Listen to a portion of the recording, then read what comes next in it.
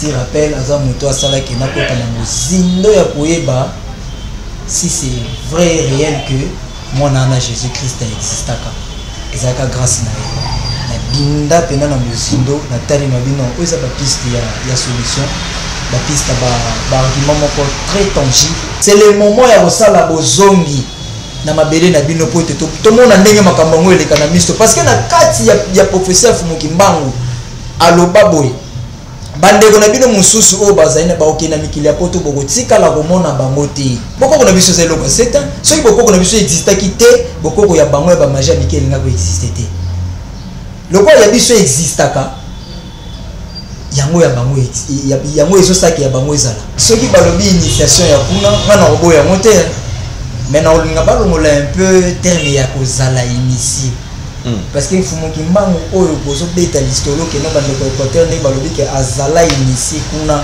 c'est-à-dire muto ba yaki ko lakisa donc ici ko azwa ki pe moi makambo.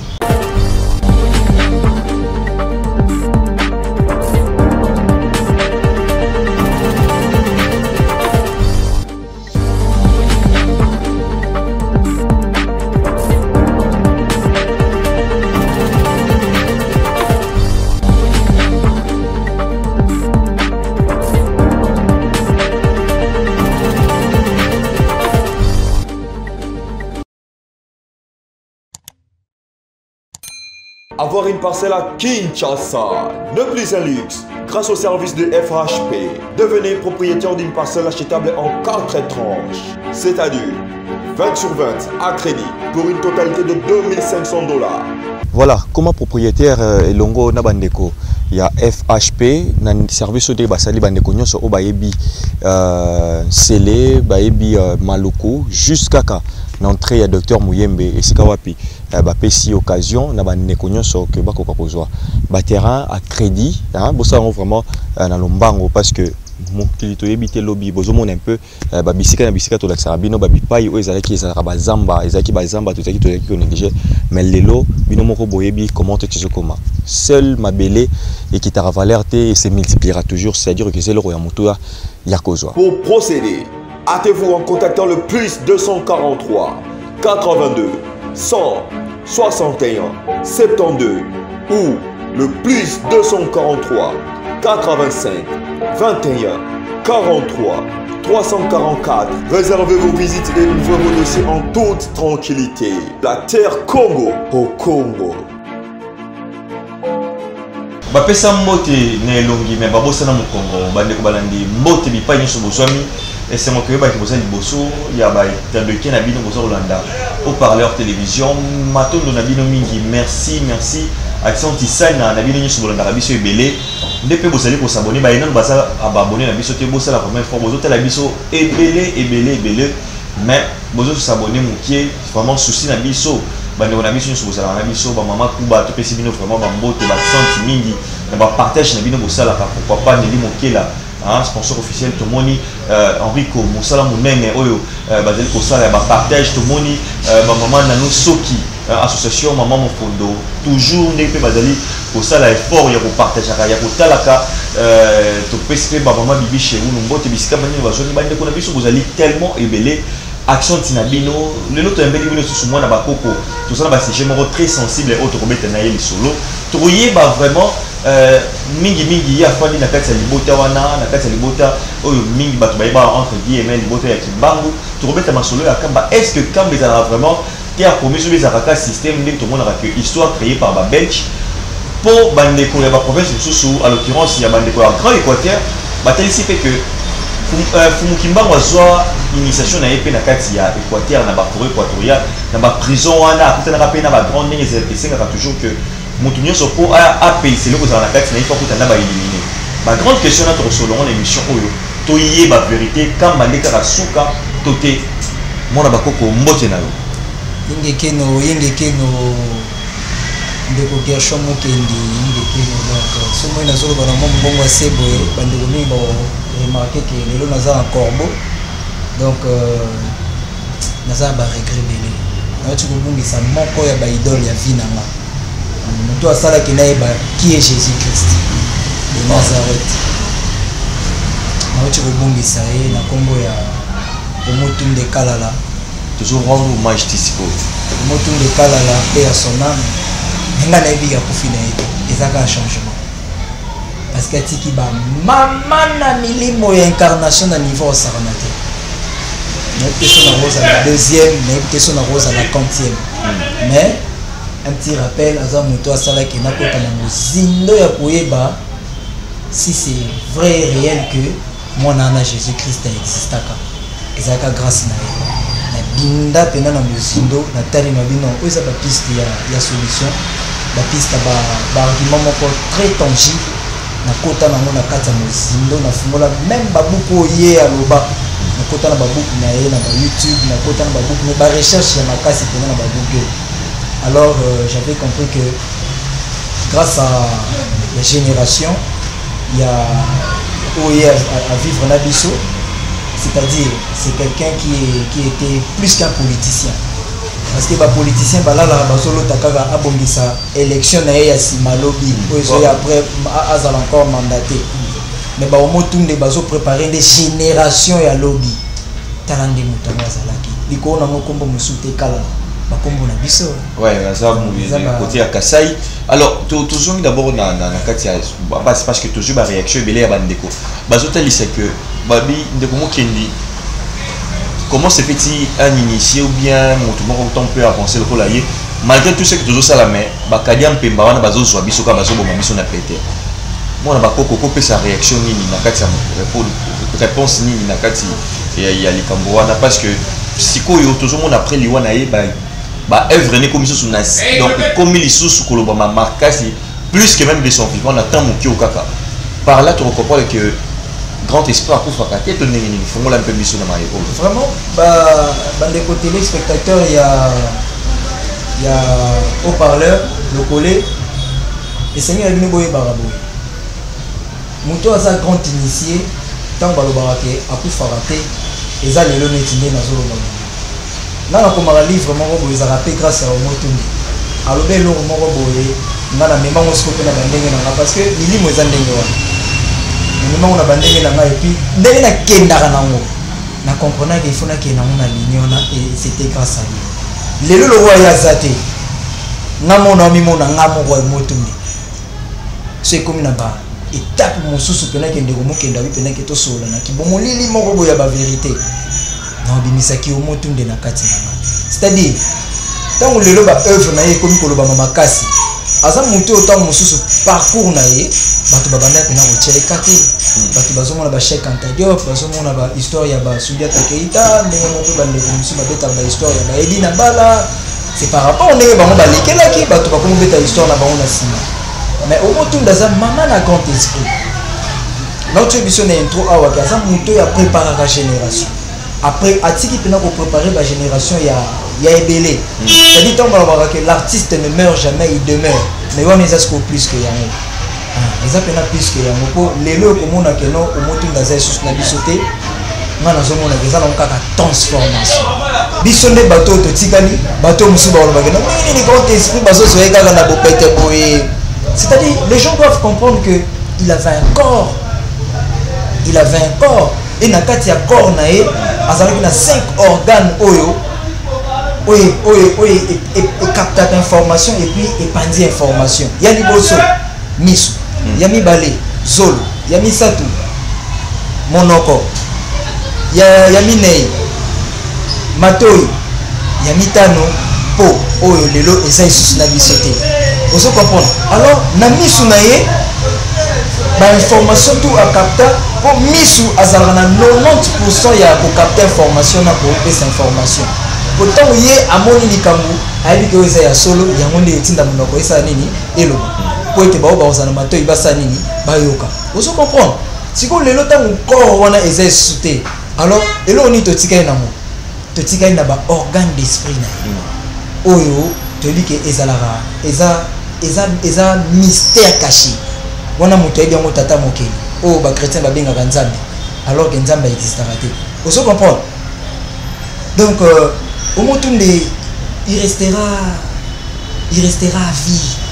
pour nde naza boye naza na quelque part na regret pour na musuni na kotika la mona lisusu te pour na rata ko mona ina Brazzaville ke azalaki après les cas fait na kutana moko ya ba idole na ngai po idole na nga mususa makasa azalaka na Congo yambaka yepe moto ozo comprendre mais tu as raté dans les la fort mais lelo na moni penga ke no habité tant que mutam molimo na ye kaboni na nzoto wana atiki pe ba ngasi ko na le bisco ke no na komi ndeko mona ye voilà na komi pena ndeko mona ye pamba ici finance na dindaka na muzinto mo besoki na évoquer na mona mais pour na un peu aussi la moi différence parce que ba ndeko pe ba comprendre raté mais quand peu au fond la biso na moi ba point mingi le belaka likambu ya ba 3 points wana ba 3 mabanga makuku matatu je vais un peu parler de ça parce que les gens bazo sala un peu ba bazo confondre daka so yi monto so le belata mso bokoko na cadre par exemple netiye wana un historien un égyptologue ils sont différents par exemple na un initié spirituel tout ça bato bazo confondre un peu les choses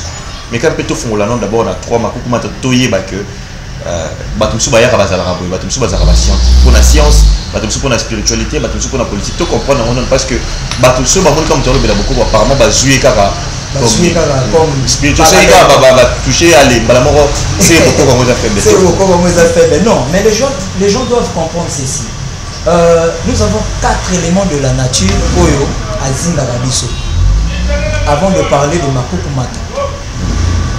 Nous avons 4 éléments de la nature et alors on a 4 éléments de la nature tant on a fait ça exemple que mon tour de nasiko na kominde ko mona c'est-à-dire quoi mutu soki akufi otobenga réincarnation mutu azonga 4 fois par 2 c'est-à-dire na 4 fois par 2 on a 4 éléments de la nature on a été qu'on appelle ça bino ko on a tangela bino sous moto mon pépé nini non boye bien moi déjà na 4 éléments de la nature wana o ezaka likolo mutasonga mbalami balé mobali mbalami balé mwasi na 4 éléments de la nature vous comprenez alors muto a commis initié o ayebi ko salela 4 éléments de la nature mutu wana akomaka ndenge ni toyebi ke to salela mai to salela moto to salela mabele o to nyataka moko nyoso to salela mopepe o to za kopemela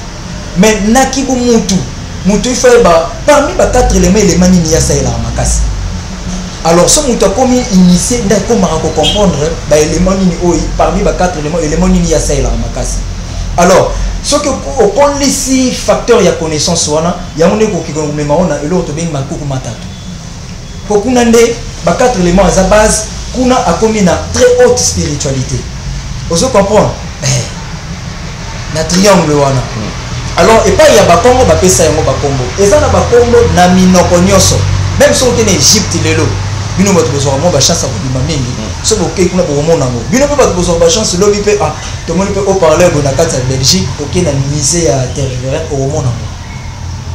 au mona place bokoko na biso to solar ya makuku matatu ndenge ni mondele ya sela yango po ba yebi valeur nango vous comprenez c'est-à-dire tant bango bazomona ke mutu oza initié lobi akufi mutu azo sola bokoko lobi on tire bokoko za faiblité bokoko za faiblité mais to sur un peu la dimension mais comment caraba même bato na baso ko un peu quoi puyaka et puis ça ko baso télé ba bi que non faut to la lisa tam se souvient pas bala lisipé et ça problème c'est-à-dire qu'on parle trop photo to maintenant puissance dimension spirituelle non et ça bomoté bomoni tata mokeli tata mokeli azandenge nini lelo yo mokende azosala par na ye azosala par na ye ya makasi ndenge mope na kokozo exemple na gouvernement na biso lelo tata Fati Béton azosala par na ye ezala ya mabe ezala ya malamu azosala par na ye parce que kobongisa Congo eza jeté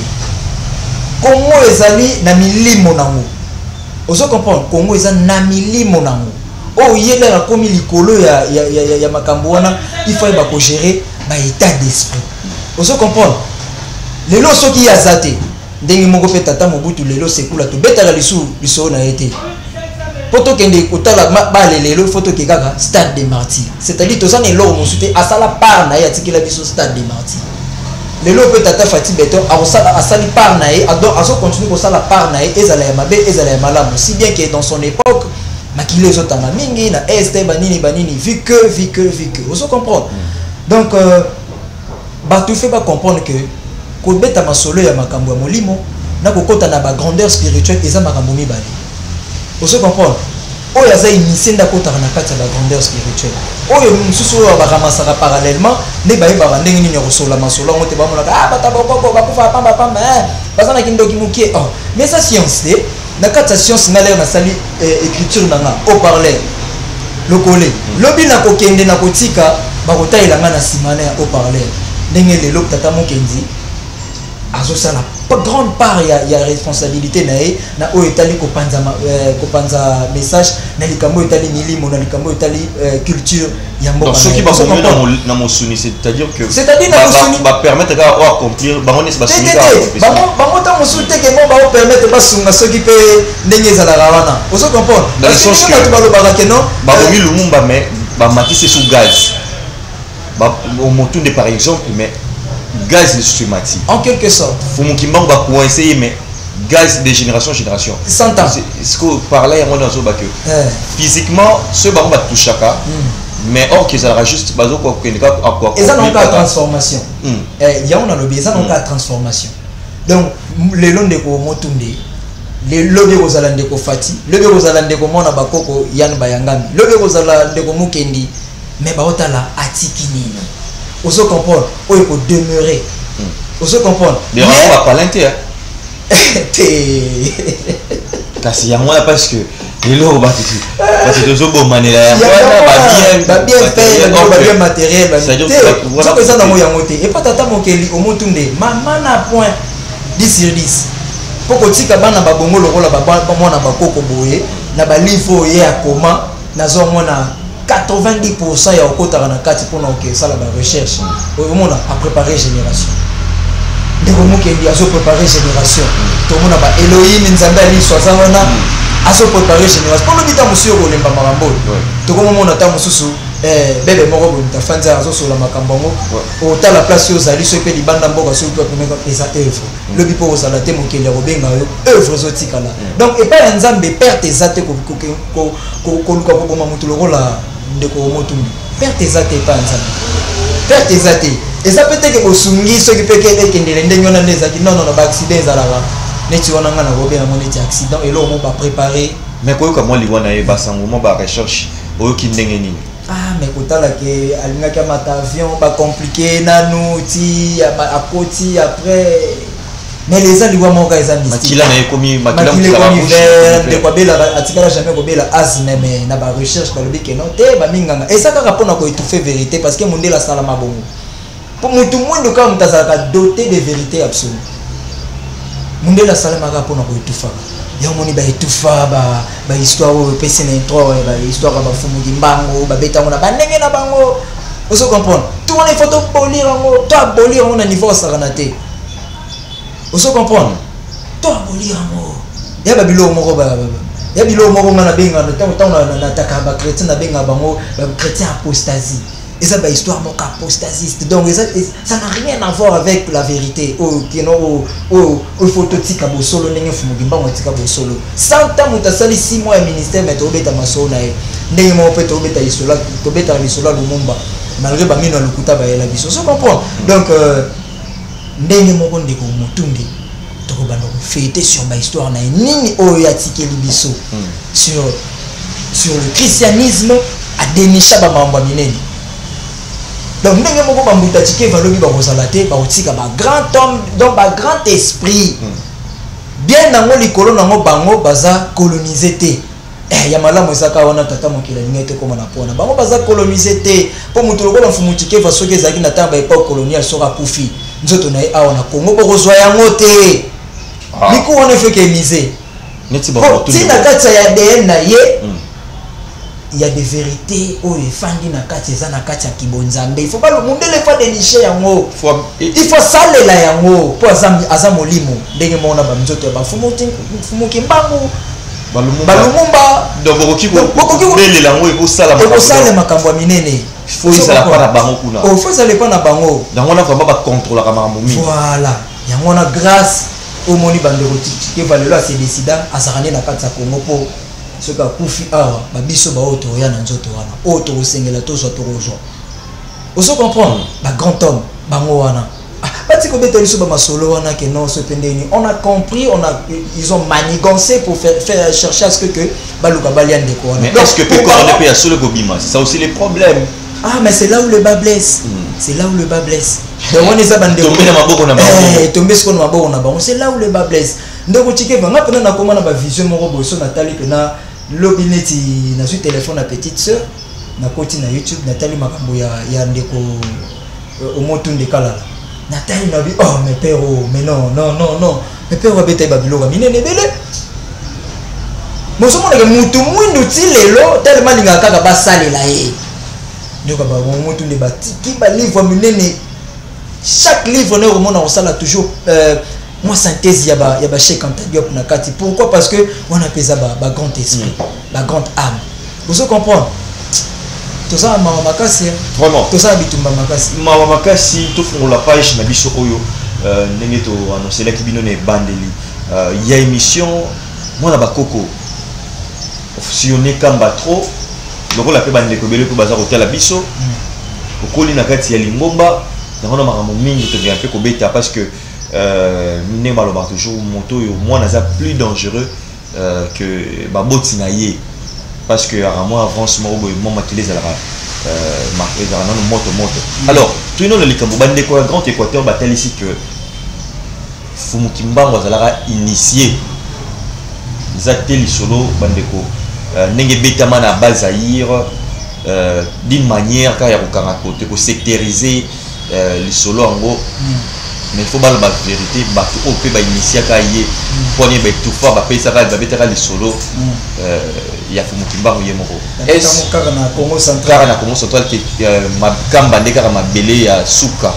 Après Jérusalem, qu'on a na Israël, Awande. Ba makambona beaucoup na ba doctrine wana, c'est vrai ou ce n'est pas vrai, monde mo beza kolanda yo. Non mais les gens doivent comprendre que l'histoire il y a Fumukimba mozara mystère. Vous comprendre, c'est la seule personne au monde où l'histoire n'a été au Balobeta na bandenge nyoso na minoro nyoso. Ceux qui balobi initiation ya kuna wana obo ya monter. Mais na olinga balongola un peu terme ya kozala initié. Parce que Fumukimba oyo bozo beta l'histoire que no bandeko Équateur ne balobi que azala initié kuna. C'est-à-dire muto ba yaki ko lakisa. Donc ici ko azwa ki pe moi makambo. Personne ne va non. Kolobaki azaki na parcours na kati ya ba Équateur si azaki na ba parcours amakasi kuna na Équateur ya des gars bakisangani ba nini Cameroun na nini Guinée, Ghana, Mali, Sénégal, Nigeria, Côte d'Ivoire, Congo Brazzaville. Na Nigeria peut-être que Bamsou ba yebi kimbangu te. C'est-à-dire baroye paye na Congo te qui est musu ya kimbangu. Vous comprenez? Historiquement parlant, ceux qui va fouiller pendant la encyclopédie historique, il y a pas tant wana. Ba on a en 1921 parce que kimbangu on dirait ba congolais te betaka histoire mingi na ba église kimbangiste. Ba betaka histoire que non 1921. Tu vois ça c'est limité au bobenga nzambi. Vous comprenez? Pour mutulendo beaucoup limité na ninete pour kimbangu za générique. Beaucoup limité nani na ba rumba ya mukiete le roi ba Kamba Congo central ba nini. Non. C'est-à-dire quoi? Le Congo est parcelle ya Kimbangu. Et Afrique est parcelle ya Kimbangu. Congo est ndaku na ye. Vous comprenez? Na kati ndaku yo okokozala na ba limite te na kati ndaku na ye. Pour moi mukonda. On a partout donc oza omniscient, omnipotent, omniprésent na kati ndaku na ye. Déjà dans ta parcelle quand tu n'as plus de limite et combien de fois à plus forte raison dans ta maison. Vous comprenez? Donc Kimbangu waza muto bako limité té. Ceux qui bande kona balobi bongo, moi j'appuie. Pourquoi? Parce que les Kimbangu waza générique. Mais kolobake azalaki initié comme le quoi bino pe bonibo officialisant que kunande. Vous comprenez? Wa pe bonibo limitant que kunande. Babi ba kisangani ba oloba nini? Bongo bato ya Belgique café la kaka, besoin café la nema. Mais café la kota. Bongo bato ya Belgique ba oloba nini? Na prison makasi na sa mai. Akenda ko bimisa roi belge. Vous comprenez? Akenda ko bimisa roi belge wapi na Allemagne na boloko. Yango ne memela biso pe ba histoire ya indépendance, vous comprenez? Abimisa na boloko ya sa mai Fumukimbangu. Ba Fumutike va ba yedi ba bisolo wana. Vous comprenez?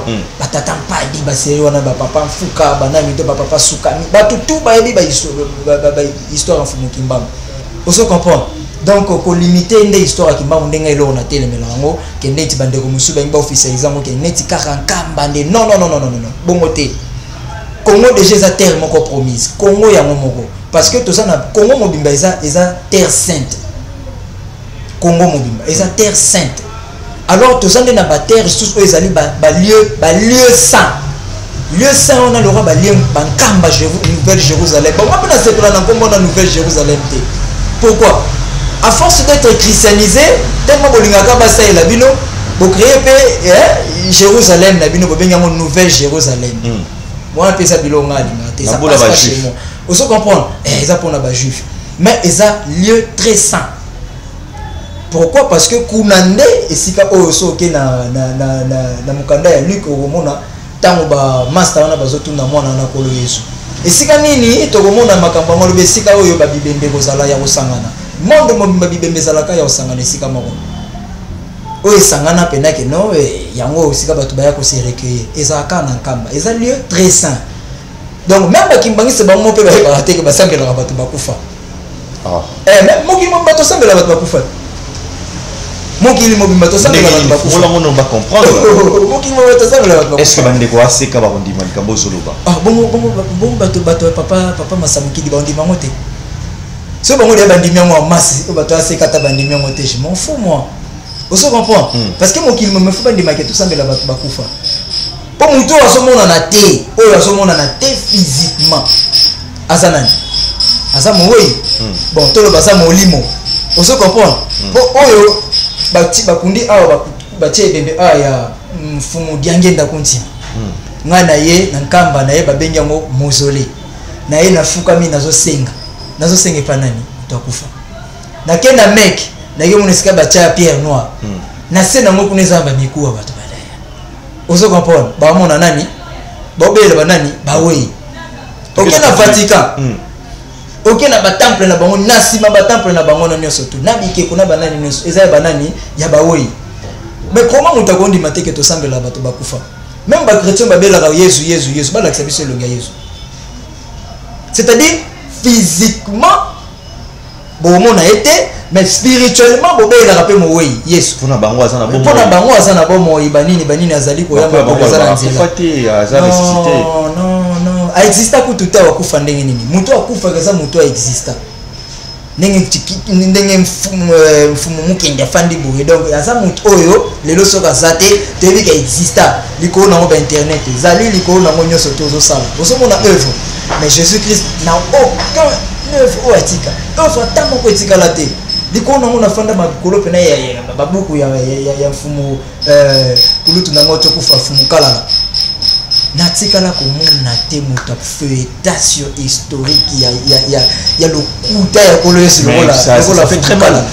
Nombre de chrétiens à Mokilisa tellement ébélé, je pense que par contre ça va la deuxième après musulman. Mais toujours na kati esprit na bango ke bazo sambela moto ya zala ou ya c'est quoi tout ça mais ba révélation zo te bimisa lelo ke na ba grand scientifique qui tikala ko zala te za le kuta que soit disant ba créer ngo mais ça percute quand même, ils ont choqué mitou ya batou. Na mité ma batou ndeko ya tipo solo ba on peut ba msuzu pesa ba on tema passe. Il faut na bi pesa rapacité. Il pesa rapacité. Il pesa rapacité. Passe ndeni. Ngai pesa na passe ndeni. Tango après na rango tango zaki kimbangiste na kamba kuna zo malongi tuzo batemti. Ouais na zala kombo nani? Yango mbala mona pakata kamba una so pena batem na kombo ya tata mwana pe molimo mosatu. Bakomba mongo écoute existe akate tala fumu diangenda pena lobaya alobi pena bo devant ba yaya na ye bafandi na sima na bongolo bakimbangise bafuita ka video wana comme suba kansonte na bela liboma comme suba kansonte so pe bangi so pe ndenge nini so comprendre tamo mususu mais rien c'est-à-dire mutu il faut que ba la sondage des écritures na sondage de parole bo fandi pena bo feuilleter sur ba maloba fumu diangenda bakimbangise wana je fais appel au kimbangiste mutazo sabino ke no bakoko na biso bayebaki nzambe malamu bango bayebaki na ndenge ya solo bayeko la sabiso ete o bino bozo sa ilesa malamu mais na nzambe moko bazaka na ba personnage misato bino boyebi te na ba personnage na nzambe moko bazaka ba personnage misato yo ka générique na mwasuka bakoko na biso réponse na bango ezalaka très vive et rapide, c'est-à-dire batelemela yango babite bato tomointe bayende po babebisela biso bon nzambe na biso pendant ce temps na kati église kimbangisi babengaka biangenda nzambe molimo mosanta babengaka yaya biangenda na kombo kisolokele lokelo Daniel Charles babengaka ye nzambe tata aza même na banzembro na kati église ndenge nzambe tata babengaka mwana mibale babengaka ye kolo Yesu tala degré ya aliénation na papa Diangenda yemo na discours na ye déjà yemo ko déjà azo telemela ngo bayaya na ye na sima o babengaka bango bavola misato c'est-à-dire banzambe misato trinitaire te mais quelque part c'est pas de leur faute. Pourquoi? Parce que baza christianisé baza christianisé et il fallait babaleka na banzela wana mais babiso ba oyo ba grand esprit oyo kimbango emo ba ki bana na ba roya babiso ba oyo ça passe pas et c'est quand le lekate donc biso to yende poto telimisa bo solo wana ya vérité yango moni na émission leka ki bandeko ba commenter mauvais emballage ndeni mauvais emballage de kombo na église de Jésus-Christ sur la terre par son envoyé spécial Simon Kimbango. Vous comprenez? Donc pour na ndenge aux hôtels c'est na ndenge pe papa Diangenda lobaki, c'est-à-dire que eloko lokuta ezokamba eloko solo. Bien sûr. Et ça mutu na mutu ndesko aswa temps parce que moni période to komi to na temps pena ya glissade ya osaganate période to komi botala mambo est ndenge ekende tala mambo est ndenge ekende kende na mo sur le plan spirituel au mona ki ba maloba fumu kimbango lobaki yango tozoke ide na to dia na kati ya berceau na tala makambo ezoleka na Ukraine na Russie tala makambo komo leka lelo na Guinée Équatoriale so Guinée Bissau bakomo refoulé bato monde tala makambo ezoleka na Pologne na minute bango pe baza fâché tala mwana na pia yonge pasiliki na komo beta ba nucléaire kili alors bande ko na biso baza na ba poto baza na mikili ya poto. C'est le moment d'ouvrir les yeux, c'est le moment de dire non na ba makambo susu, c'est le moment ya kosala bozongi na mabele na bino pote to mona ndenge makambo ngo eleka na misto parce que na kati ya professeur Fumu Kimbangu aloba boy bandeko na bino mususu o bazaina ba okena mikili ya poto boko tika la komona bango te, c'est-à-dire soto mona bango te foni peut-être bitumba moto to komona te saki akufu. Vous comprenez? Na molimo tata mokeli ba mambo tout et ça si ça non tout parce que lilobane zanguya lilobane zake o esa lobi ya monde esalema o ya kangi donc moto afungula zate Kimbangu générique. Vous comprenez? O déjà mona eko kisama yango kaka bande ko balo baki bazondi matin ba kadiem pe bazana ba magie ya makasi bazana ba spiritualité déjà ya makasi bazana tout bazana ba magie ya makasi te bazana dominer toujours sur banois bazana ba tala bazo ko croire que machine ba mo to so na bouleverser au sala ya mona ba bazo to so na makuku matatu moni machine ba mo tala ka pa ba catholique basala na ni chapelet ezana mambo belé na kati na chapelet et pas ba musulman au monde ba on a tasbih o sali 99 djinn. Vous comprenez? Et pas ba catholique libation chapelet et pas ya biso siko banzambe ya bokoko ezani eloko ezata mais eloko ezali donc so tuni mutu place na biso eloko ezali te mais eloko ezali spiritualité na biso eza très élevé que babilo na bango mis babilo na bango na basela ba tasbih ba chapelet ba nini vous comprenez?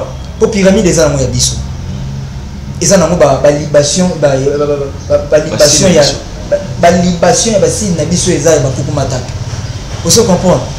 C'est-à-dire l'espace triangulaire on a battu faut pas comprendre en beaucoup on a biso c'est loko c'est un ceux qui beaucoup on a biso existe quitté beaucoup ya bango ba magie mikel nga ko exister té le quoi ya biso existaka yango ya bango yango ezo saki ya bango ezala faut tout changer alors en pratique comme ça tala omoni na muto aza beaucoup plus élevé na niveau à science ce pena ba bito tia boy to tia bougie baby sa muto que non o aza initié ay bisa biso bougie azala na combien de mouvements bougie azala na 4 mouvements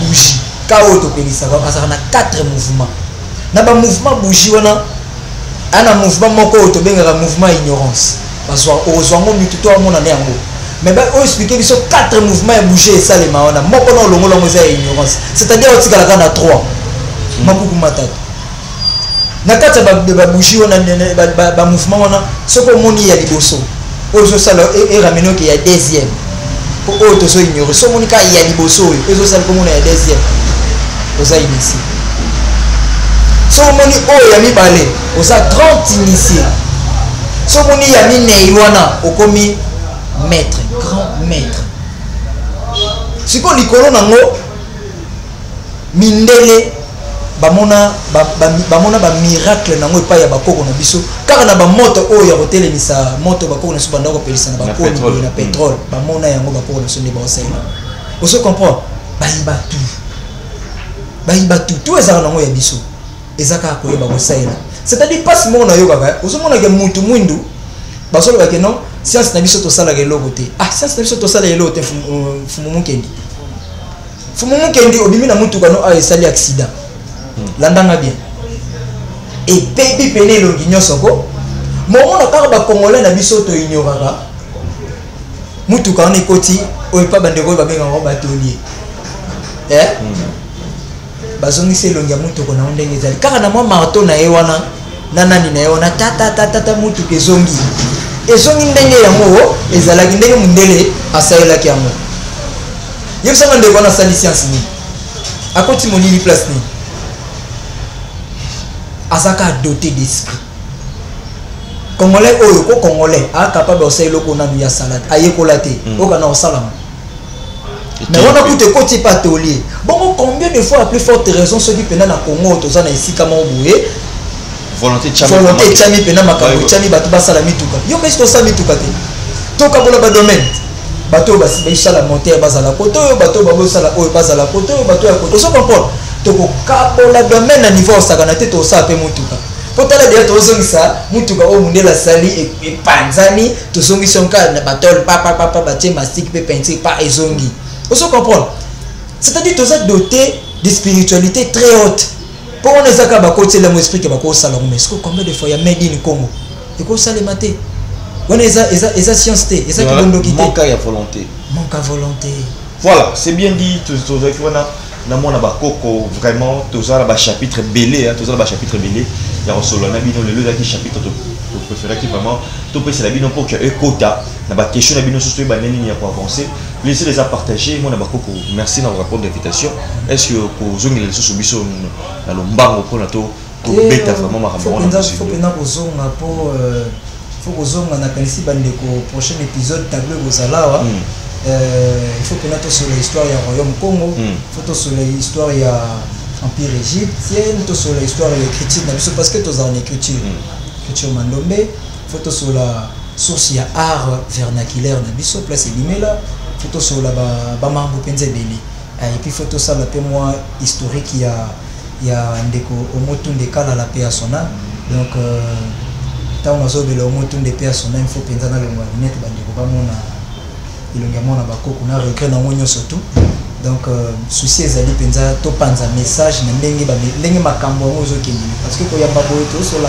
parallèlement pour message il faut kindeka to za na choité donc bandeko na mina beta c'était penza bandeko ba kobenga ko ba kotumisa wana babenga rayote babenga penande babiso azui numéro bengi likambo boye na yoka ki bokende na mo boye te parce que vous savez que le Congo c'est un pays trop naïf pour le bel comme le mo boye obimika gawa ikomi benga e sala e boye ikende na e boye songi sa e boye alors que nous sommes pas là pour chrétiens des politiciens nous sommes pas là pour chrétiens bakonzambo kana biso parce que muto a chrétien bakonzambo ko ezape muto aza maudit en quelque sorte parce que lobi pe ko matour na yo ko sala nini vous comprenez mais lo mo na lingaki na ba ki César bandeko na biso ya ba régime ya bokoko christianisme aza très fort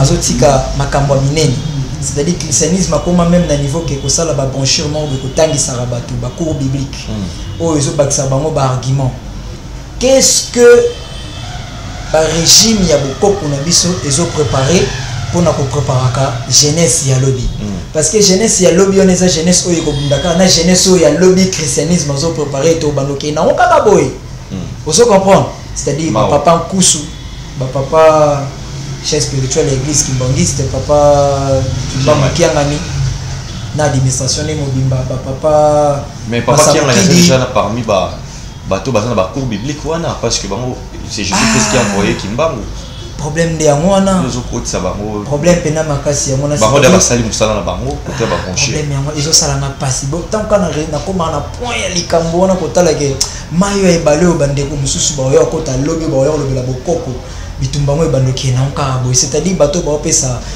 bango bana double poids biso to na 2 points de mesure c'est-à-dire to ebi ko sangana te pour to pesa force moko pour que to ke ko affronter likambo c'est là où le bas blesse vous comprenez Kota papa Kusu bana enseignement na bango, kota papa Masamuki di bana enseignement na bango chez les Kimbangis bazana enseignement na bango peut christianiser donc les autres ça moi pas si lobby kota la kelika bango to bundela ngo nini koto ba ko appuyer kala Yesu pour kala nini ta wa s'occuper dans 6 mois bango ba fêter les sous le 25 mai ba ko misaka kombo mwana na Yesu Kristo pas si na motema vous comprendre allez koto pe bango koto pe Kusu yeka ande soupe kimbango alors tozo pesa poids penza kitoko te na masolo etali masolo ya bonzambe ya bokoko donc toujours répondre le cas d'erreur ya christianisme donc ndenge bandeko na ngai un père bazolo balobaki na nzembo moko même épisode ezo répéter chaque année pas si penza merci na pesi mbote na ndeko na ngai na Brazzaville Séguin pesi mbote na Elohim donc yem tazo sala ke appel les kebele na poto donc ye pendant donc na pesi mbote na Boloké musique à Dousswag chez Dalov na pesi ba mbote belé et pas mileli yebo milembaki pesi ba mbote belé pas les qui na bébé Christ donc merci.